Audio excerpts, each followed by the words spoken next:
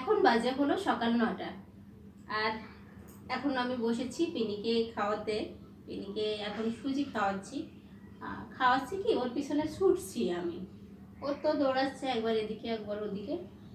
প্রশান্ত already অফিসে চলে গেছে। ও সকালে একটু ফলমূল খেয়েছে। আমি অবশ্য ভাতের ব্যবস্থা করেছিলাম, ও বললো যে না, ভাত খেতে ইচ্ছা করছে না এখন। আসলে ও যখন অফিসে যায় তার ঠিক আধা ঘন্টা আগে ঘুম থেকে ওঠে। আর ঘুম থেকে উঠলে আমাদের সবারই মুখে কিছু দিতে ইচ্ছা করে না, বিশেষ করে ভাত টাত কিছু হালকা কিছু হলে হয়তো হয়, ভাত খেতে একটু কেমনই লাগে। কি আর করার, ও যেহেতু দেরি করে ওঠে, উঠে ওগুলো খেয়েই চলে গেছে। আমি এখনো কিছু খাইনি। আর যেহেতু বৃহস্পতিবার, আমি লক্ষ্মী পূজা করব, তারপরে খাওয়া দাওয়া করব। সকালে ঘরের কাজটা মোটামুটি গুছিয়ে নিয়েছি, আর অল্প কিছু বাকি আছে। পিনিকে খাইয়ে দিয়ে ওগুলো কমপ্লিট করে তারপর আমি পূজা দেব। আর এই শুরু হলো আমার দিন, এভাবেই চলবে। অবশ্য কাজের চাপ আমার খুব বেশি না, সকালে একটু তাড়াহুড়া থাকে আর সারাদিন আমি ফ্রিতেই কাটাই। আর এর মধ্যে যখন সময় পাই তখন আমি একটু রান্না করে নিই, এইগুলোই। আর তেমন কোনো কাজ নেই আমার। আগে তো মোটেই ছিল না, পিনি হওয়ার পর এই তাড়াহুড়োটুকু একটু বেড়েছে সকালের দিকটাই। আর সারাদিন মোটামুটি। আর আমার পিনি খুব বেশি জ্বালায় না, শান্ত সভ্যই আছে। জানি না বড় হলে কি হবে, এখনই একটু দুষ্টু দুষ্টু শুরু করেছে। সেদিন আমরা যে বাইরে গিয়েছিলাম বাজার করতে, ওখানে গিয়ে বুঝলাম যে ও মনে হয় দুষ্টুই হচ্ছে। ওর থেকে বড় একটা ছেলে বাচ্চা হেঁটে যাচ্ছে একটা খেলনা নিয়ে, ও নিয়ে নিয়েছে সেটা, কোনোভাবেই তাকে আর দিবে না। অনেক কষ্টে ওকে আর একটা খেলনা দিয়ে তারপর ওটাকে বিদায় করা হয়েছে। বাবা এসো, ও কোথায় গেল আমি আবার দেখি।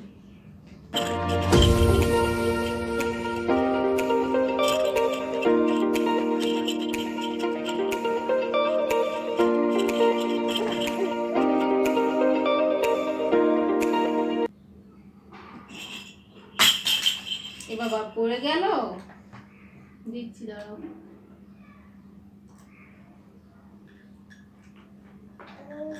দেখলে তো কিভাবে ওর পিছনে ছুটতে হয়, বিশেষ করে ওয়াকারে দিলে। আমি পেরেই দিই না ওর সাথে।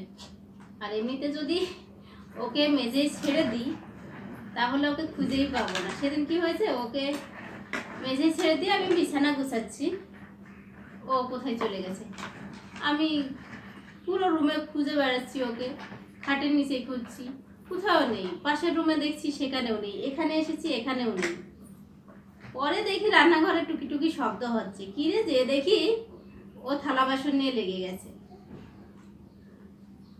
ওয়াকারে গেলে তাও অন্তত বোঝা যায় কোন দিকে যাচ্ছে, মেঝে দিয়ে হামাগুড়ি দিলে আর বোঝাই যায় না।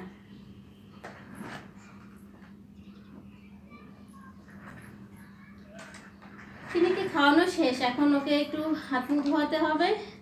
আমার একটু কিছু কাজ আছে, স্নান করে পূজা দিয়ে তারপর তোমাদের সাথে কথা বলছি।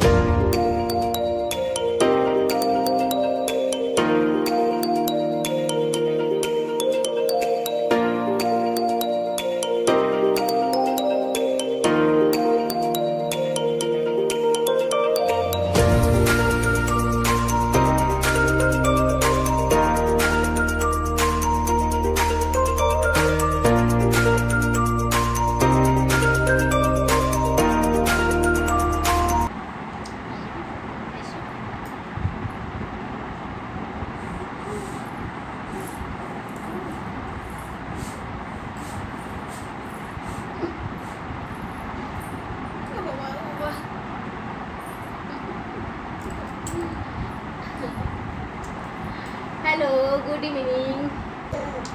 এই যে আমি আবার চলে এলাম তোমাদের সাথে কথা বলতে। আর আমার পিনি খুব খুশি।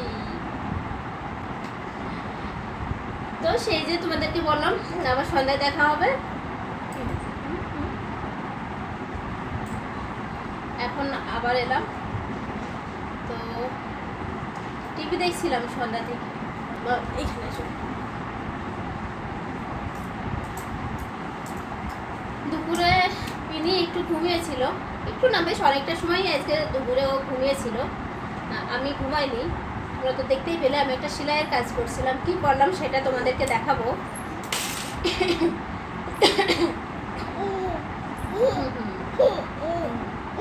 কি হয়েছে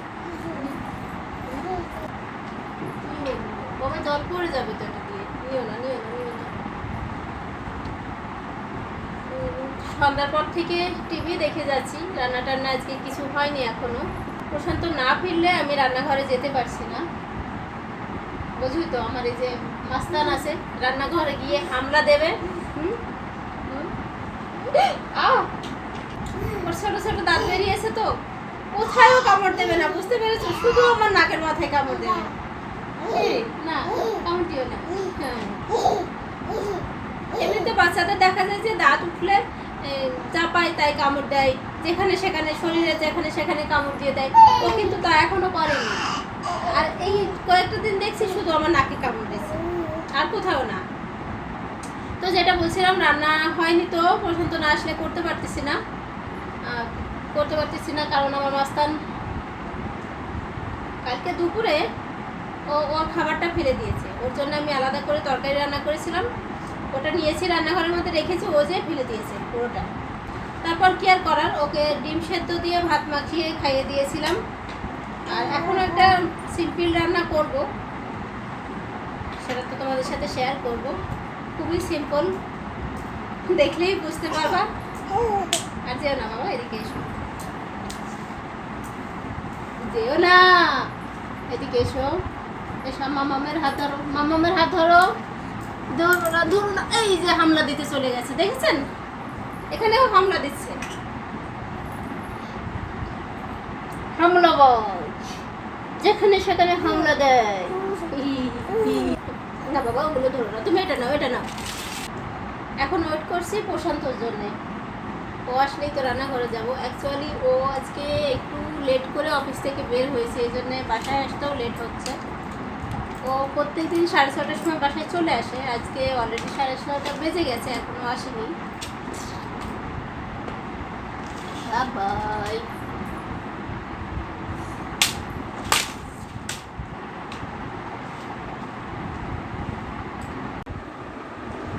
চলো তাহলে তোমাদেরকে দেখিয়ে আনি আমি আজকে সেলাই করে কি বানালাম। এই যে দেখতে পাচ্ছ, এই দেখো আমি এটা বানিয়েছি। ঘরে যত পুরাতন গেঞ্জিগুলো ছিল সেগুলো দিয়ে এটা বানিয়ে নিয়েছি। আর দেখতে যে এত ভালো লাগবে আমি আসলে কল্পনাই করতে পারিনি। এই যে দেখতে পাচ্ছ, মনে হচ্ছে একদম দোকান থেকে কিনে নিয়ে এসেছি।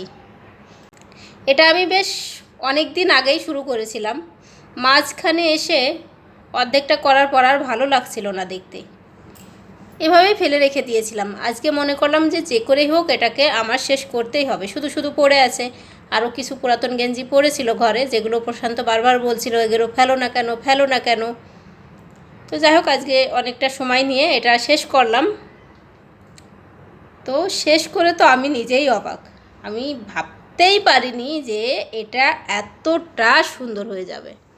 দেখতে খুব ভালো লাগছে, এই যে দেখতে পাচ্ছ। আর বেশি ভালো আমার মনে হচ্ছে, বেশি ভালো হতো এই যে এরকম গাঢ় কালারের কাপড় যদি ব্যবহার করতে পারতাম। আসলে আমি যাই হোক একটু কালার পরি, প্রশান্তকে এই অ্যাশ কালার, সাদা কালার এগুলোতেই বেশি মানায় দেখে, ওর বেশিরভাগ গেঞ্জিগুলোই অ্যাশ কালার সাদা কালারের মধ্যে। তো দেখতে পাচ্ছ, এই কারণেই এটাকে বেশি কালারফুল করে তুলতে পারিনি আমি। আর তোমাদেরকে তো বললামই যে আমি ভাবতেই পারিনি যে এটা এতটা চমৎকার হয়ে যাবে। আগে থেকে যদি বুঝতাম তাহলে আমি যে করেই হোক ফুল কাপড় দিয়ে এটা তৈরি করতাম। তো যাই হোক, আমি ফুললি স্যাটিসফাইড হয়েছি এটা করে। আসলে কোনো কিছু আমি নিজে হাতে করতে গেলে যদি মনে করি যে এটা আমি নিজে হাতে বানাবো, আমি আসলে অর্ধেকটা করে ফিলিংস হারিয়ে ফেলি, আর সেটা করা হয় না, অর্ধেকই পড়ে থাকে। এটাই মনে হয় ফার্স্ট টাইম আমি কিছু কমপ্লিট করলাম। তো যাই হোক, ভালো হয়েছে। এর পরবর্তীতে আমি আরও কিছু করব এবং তোমাদের সাথে শেয়ার করব। এই মাত্র একটা মস্ত বড় বিপদের হাত থেকে রক্ষা পেলাম, জানো। আমার এই মেয়েটার একটা সব থেকে বড় সমস্যা হলো, ও যা পায় সেটাই মুখের মধ্যে চালান করে দেয়। হাসছো কেন? ভয় লাগে না? হ্যাঁ, এই যে দেখতে পাচ্ছ ব্যাটটা, ব্যাটের এই যে এখানে সুইচ আছে, এই দেখো এখানে সুইচ আছে, এই যে এই সুইচটা ছিল, ও কিভাবে যেন এটা খুলে মুখের মধ্যে দিয়ে দিয়েছে। আমি না দেখলে খুব বড় একটা বিপদ হয়ে যেত আজ। ও গলায় বেঁধে যেতে পারতো ওটা। ও এটা নিয়ে মুখের মধ্যে নিয়ে খেলছে। আমি যে একটু আগে ওকে কোলে নিয়েছিলাম, দেখতে পেলে, দেখি যে ওর মুখের মধ্যে কি জানো, আমি ভেবেছি কাগজ, হয়তো বের করে দেখি যে জিনিস এটা। চুপ করো না, ভালো করোনি তুমি কাজটা। খুব ভয় লাগে এই মুহূর্তে, এই জন্য ওকে আমি সবসময় ওয়াকারে দিয়ে রাখি, যাতে কিছু মুখে না দিতে পারে কিছু। এসো, ওয়াকারে দিয়ে রাখি এই জন্যই, যাতে ও মানে সচরাচর কিছু লাগাল না পাই। ভিজে গেছো পট, আমি তোমাদেরকে ওটা দেখাতে যে গেলাম, ওকে এখানে রেখে গেছিলাম, তার মধ্যে তো ওই কাণ্ডটা ঘটিয়ে নিয়েছে। আবার ওর জলের পটের থেকে জল ফেলে পুরোটা নিজে গিয়ে ভিজে গেছে। খুব বাজি আমার মেয়েটা। আমি এমনিতে বলি, এতদিন ভাবতাম ও মনে হয় খুব শান্ত সভ্য হবে, ইদানিং যে একটু চলতে শিখেছে। তাহলে তোমরা থাকো, ওর ড্রেসটা চেঞ্জ করে দিই, ভিজে গেছে তো। আর প্রশান্ত আসলে একবারে রান্নাঘরে গিয়ে তোমাদের সাথে কথা হচ্ছে।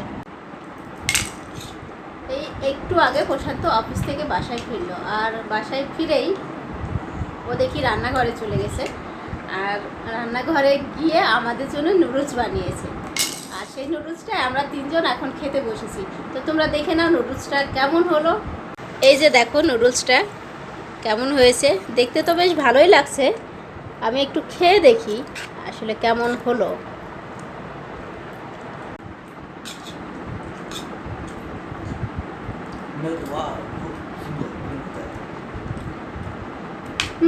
টেস্টটা ঠিকঠাক আছে, অসাধারণ। এমনিতে প্রশান্ত ভালো রান্নাবান্না করতে জানে, মাঝে মধ্যে আমাকে রান্না করে খাওয়ায়, খুব বেশি খাওয়ায় না। খাওয়াচ্ছ? তাহলে চলো যাই, খাওয়াটা শেষ করে নিয়ে তারপর তোমাদের সাথে কথা বলছি।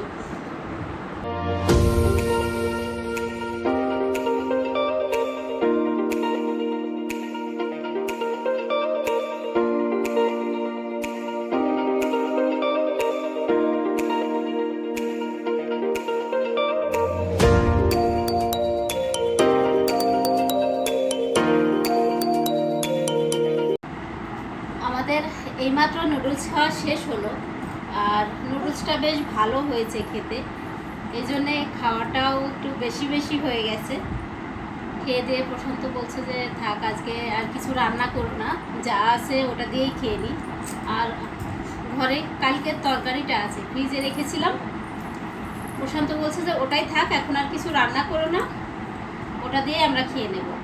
তারপরেও আমি ভাবছি একটা ভর্তা আইটেম করব এখন, কেননা শুধু তরকারিতে খেতে ভালো লাগবে না।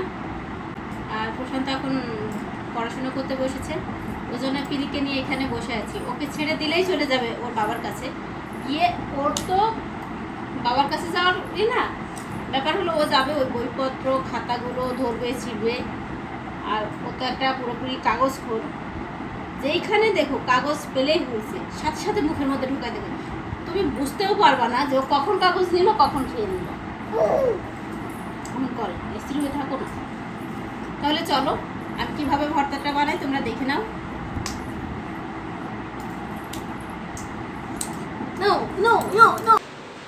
তোমাদেরকে যে ভর্তাটার কথা বলেছিলাম যে আমি এখন করব, তার জন্যে আমি সব উপকরণগুলো রেডি করে নিয়েছি। আর তোমাদেরকে বলি, আজ আমি করব হলো বেগুনের ভর্তা। তার জন্য বেগুনটা প্রথমে পুড়িয়ে নিতে হবে।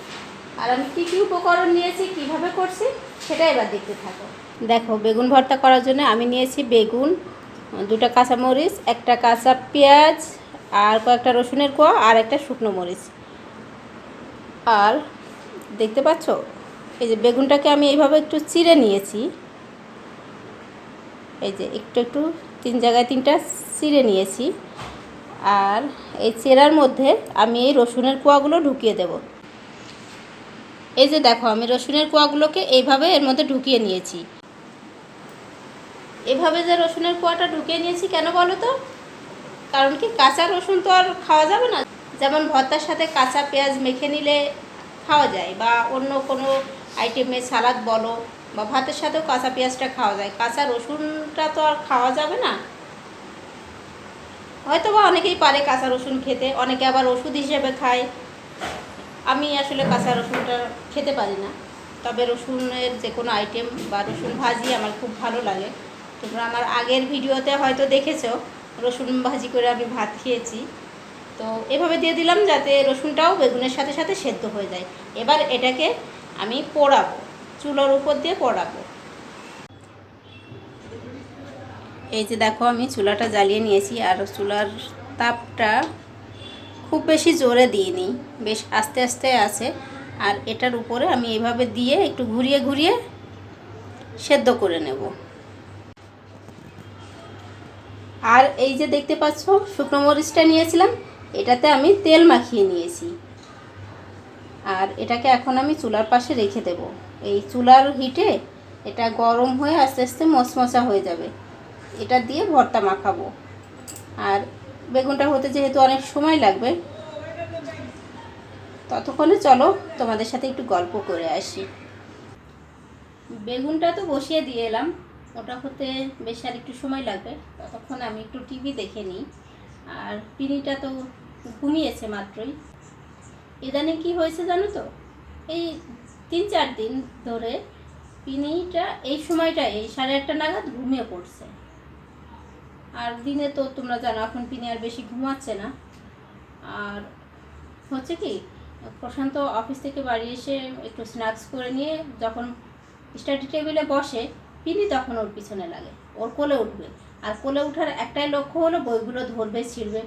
তো ওই জন্যে প্রশান্ত ওকে বাইরে বের করে দেয়, বা কাছে রাখতে চায় না, আমাকে বলে নিয়ে রাখতে।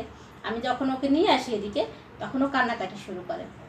কান্নাকাটি শুনলে তো বাবার মন বোঝই, প্রশান্ত উঠে চলে আসে, নিয়ে ওকে একটু কোলে নেয়। আর ওই মুহূর্তেই ও ঘুমিয়ে যায়। যখনই প্রশান্ত কোলে নেয়, একটু কান্না থামানোর চেষ্টা করে, একটু আদর করে, মেয়েটা আমার ঘুমিয়ে যায়। আর প্রশান্ত একটু খুশি হয় যে দেখো, তুমি মেয়েকে সারাদিন ঘুম পাড়াতে পারো না, আমি এসে ঘুম পাড়িয়ে দিলাম। আমার কোলে আসলেই মেয়ে ঘুমিয়ে যায়। আর মেয়েও সেরকম প্রতিদিন ঘুমাচ্ছে বাবার কাছে। তো যাই হোক, এইমাত্র প্রশান্ত ওকে ঘুম পাড়িয়ে দিয়ে আবার স্টাডি টেবিলে ফিরে গেছে। আর আমি তো রান্নাঘরে কী করলাম তোমরা দেখলেই। তো চলো, এতক্ষণে মনে হয় বেগুনটা সিদ্ধ হয়ে গেছে। তো এটা পরবর্তী প্রসেসটা কিভাবে ভর্তাটা বানাই সেটা দেখো। এই দেখো, বেগুনটা এখানে এবার দেখো ভালো মতো দেখা যাচ্ছে, বেগুনটা বেশ ভালো পুড়ে উঠেছে। এটাকে এখন আমি এই যে গামলাটা দেখতে পাচ্ছ, এটা দিয়ে ঢেকে রাখবো। আর এই যে মরিচটা এখানে রেখে দিয়েছিলাম, এটা বেশ ভালো গরম হয়েছে, একটু আগুন দিয়ে সেঁকে নেব। সেঁকে ঠান্ডা করলেই এটা মুচমুচে হয়ে যাবে। দেখো আগুন ধরে যাচ্ছে, এতে আগুন ধরানো যাবে না, তাহলে পুড়ে যাবে। ইস, আমার এক পাশ থেকে অলরেডি পুড়ে গেছে। এটা হয়ে গেছে, এটাতে আর কিছু করা লাগবে না। এটা একটু ঠান্ডা করে হাত দিয়ে চিপে নিলেই এগুলো একেবারে চিলি ফ্লেক্সের মতো হয়ে যাবে, টুকরা টুকরা হয়ে যাবে। আমি এবার চুলাটা নিভিয়ে দিচ্ছি, কারণ চুলার কাজ শেষ। এটা কেন ঢেকে রাখলাম বলো তো? বেগুন পোড়ালে ওর মধ্যে একটা স্মোকি ফ্লেভার আসে, আর এই ফ্লেভারটা যাতে উবে না যায় সেজন্য আমি ঢেকে রেখে দিলাম। আর ঢেকে তত সময় রাখবো যত সময় না পর্যন্ত ওটা ঠান্ডা হয়ে যাচ্ছে, কারণ ওর উপরে যে খোসাটা পুড়ে গেছে ওটা বেছে তুলে ফেলতে হবে। আর গরম থাকলে তো ওতে হাত দেওয়া যাবে না, এজন্য ঠান্ডা হওয়া পর্যন্ত আমাকে ওয়েট করতে হবে।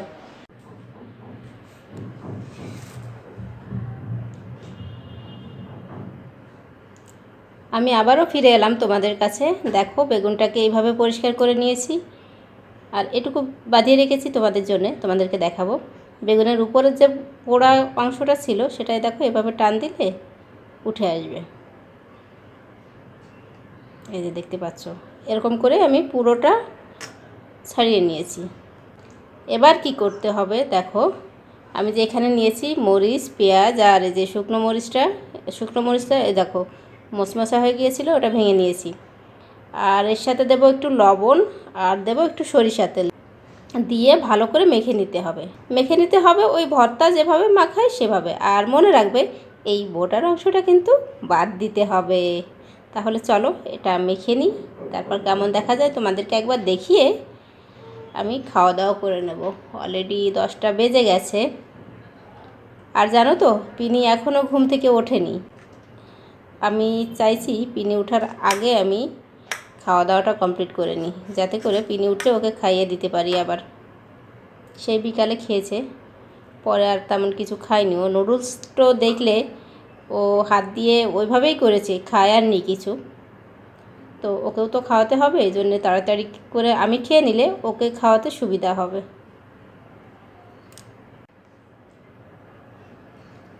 এভাবে করে দেখে নিতে হবে এর মধ্যে কোনো পোকা টোকা আছে কি না।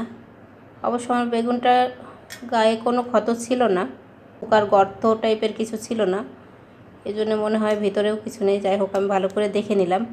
আর যে দেখতে পাচ্ছ রসুনগুলো, এই রসুনগুলো এই দেখো একদম সেদ্ধ হয়ে গেছে, দেখতে পাচ্ছ।